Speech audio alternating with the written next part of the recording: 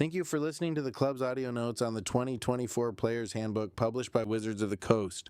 For more information on how to get your own copy of the Player's Manual, visit their website in the description below. Like, follow, share, and leave a comment for more tabletop tutorials. Welcome back to the Deep Dive. We're continuing our series, Dungeon School, Mastering the 2024 Player's Handbook.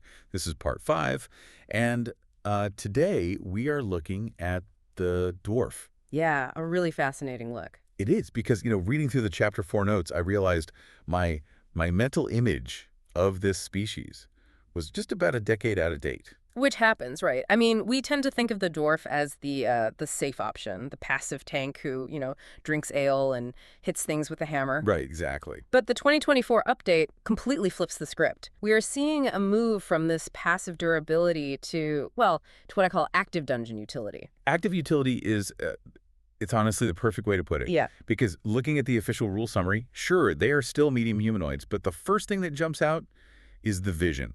120 feet of Darkvision. It is massive. That is double the standard range for almost every other species. Most tables run Darkvision as a binary on or off switch, but range matters.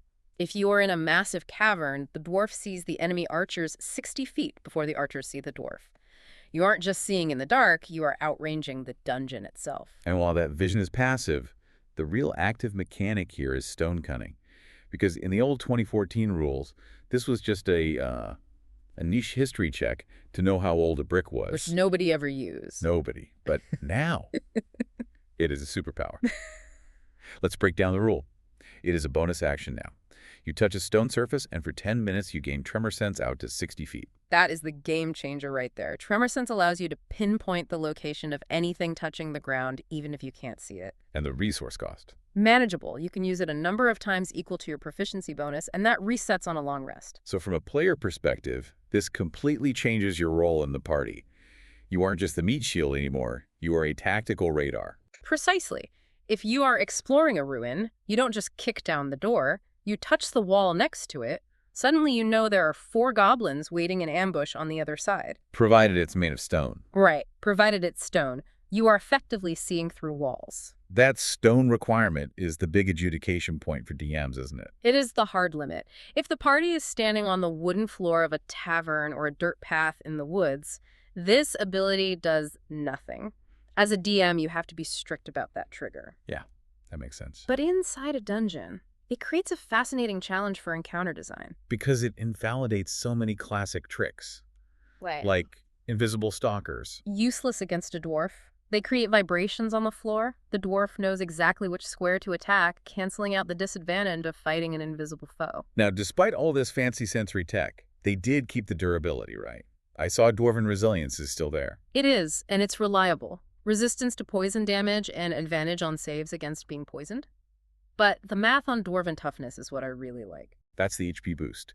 You get 1 extra hit point at level 1 and another one every time you level up. Which effectively acts as if your constitution score is 2 points higher than it actually is, strictly for HP calculation. It's a clean, linear scaling. It ensures the dwarf is always just a bit harder to kill than their peers. Exactly.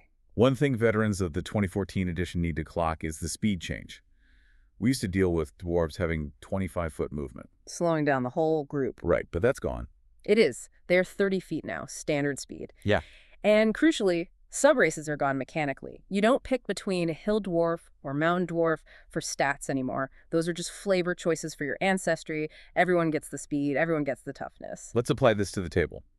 I'm imagining a scenario where the party is nervous about traps. Right. A rogue checks for tripwires, sure, but the dwarf uses stone cutting on the floor. If there is a mechanism vibrating or moving inside the stone-like gears for a crushing wall trap, the DM might rule you sense that low hum. It connects the character to the environment in a way that feels supernatural. And that really speaks to the design context. It feels like they wanted to lean into the lore of dwarves being crafted by forge deities like Moradin. They aren't just short humans who like rocks. They are children of the earth. The design intent here is to give players a button to press a specific bonus action that makes them feel distinct from an elf or a human every single session. It effectively turns the dungeon floor into an ally. It does. It rewards engagement with the setting. Well, here is a provocative thought to leave you with. With 120-foot vision, the ability to sense enemies through walls, and high survivability, has the dwarf actually displaced the rogue as the ultimate dungeon scout? It's something to mull over before you roll up your next character. Thanks for joining us for this deep dive. Thank you for listening to the club's audio notes on the 2024 Player's Handbook published by Wizards of the Coast. For more information on how to get your own copy of the Player's Manual, visit their website in the description below. Like, follow, share, and leave a comment for more tabletop tutorials.